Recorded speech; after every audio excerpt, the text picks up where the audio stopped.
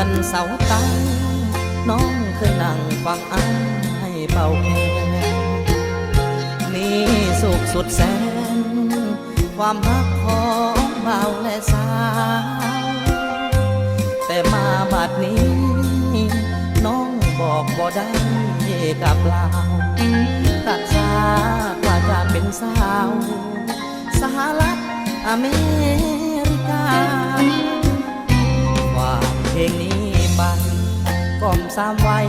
เมื่อหลับนอนน้องจะได้ลืมมอนหิวอ่อนๆที่เคยหมุนมาได้หมุนฟองน้ำงามคำอย่าลืมเที่ยงนาให้น้องญาติเวลามาบ้านเกิดเฮานะยังคอยนอน